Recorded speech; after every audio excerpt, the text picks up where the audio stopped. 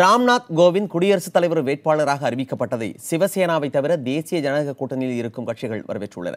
காங்கிரஸ் உள்ளிட்ட எதிர்க்கட்சிகள் தங்களது நிலைப்பாட்டை 22ஆம் தேதி கூடி முடிவு செய்ய உள்ளன. ராம்நாத் கோவிந்த் தேர்வு குறித்து கருத்து தெரிவித்திருக்கும் சிவசேனா கட்சித் தலைவர் உத்தவ் தாக்கரே வாக்கு வங்கி அரசியலை கருத்தில் கொண்டே தலித் ஒருவர் வேட்பாளராக தேர்வு செய்யப்பட்டுள்ளதாக தெரிவித்தார். எனினும் கோவிந்திற்கு ஆதரவு அளிப்பது குறித்து இன்று முடிவு செய்யப்படும் என அவர் கூறியிருக்கிறார். குடியரசுத் தலைவர் வேட்பாளர் குறித்து கருத்து தெரிவித்திருக்கும் காங்கிரஸ் கட்சியின் குலாம் நபி ஆசாத் ஒருமித்த கருத்து ஏற்படுத்துவதாக கூறிவிட்டு பாரதிய ஜனதா தன்னிச்சையாக முடிவெடுத்திருப்பதாக விமர்சனம் செய்திருக்கிறார். எல்லா எதிர்க்கட்சிகளுடன் வரும் 22ஆம் தேதி ஆலோசனை நடத்தி ஒரு முடிவு எடுக்கப்படும் என அவர் கூறினார்.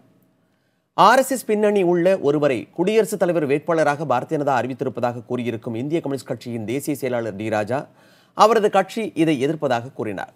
வேட்பாளர் தேர்வு குறித்து கருத்து தெரிவித்திருக்கும் மேற்கு வங்க முதலமைச்சர் மம்தா பானர்ஜி அவரை விட சிறந்த தலித் தலைவர்கள் பலர் இருந்த போதிலும் அவர் பாரதிய ஜனதாவின் தலித் பிரிவின் தலைவராக இருந்தார் என்ற ஒரே காரணத்தினால் ராம்நாத் கோவிந்த் குடியரசுத் தலைவர் வேட்பாளராக தேர்வு செய்யப்பட்டிருப்பதாக கூறியிருக்கிறார்.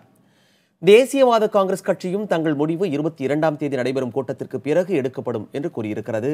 ராம்நாத் கோவிந்த் தலித் என்பதால் தங்கள் கட்சியால் அவரை எதிர்க்க முடியாது என கூறியிருக்கும் பகுஜன் சமாஜ் கட்சியின் தலைவர் மாயாவதி எதிர்க்கட்சிகள் ஒரு தலித் வேட்பாளரை நிறுத்தாவிட்டால் ராம்நாத் கோவிந்திற்கு ஆதரவு அளிக்க இருப்பதாகவும் தெரிவித்தார். பீகார் ஆளுநர் குடியரசுத் தலைவர் பதவிக்கு வேட்பாளராக அறிவிக்கப்பட்டிருப்பது குறித்து அம்மாநில முதலமைச்சர் நிதிஷ்குமார் மகிழ்ச்சி தெரிவித்திருக்கிறார். அதே நேரம் ராம்நாத்துக்கு ஆதரவு அளிப்பது குறித்து அவர் எதுவும் கூறவில்லை.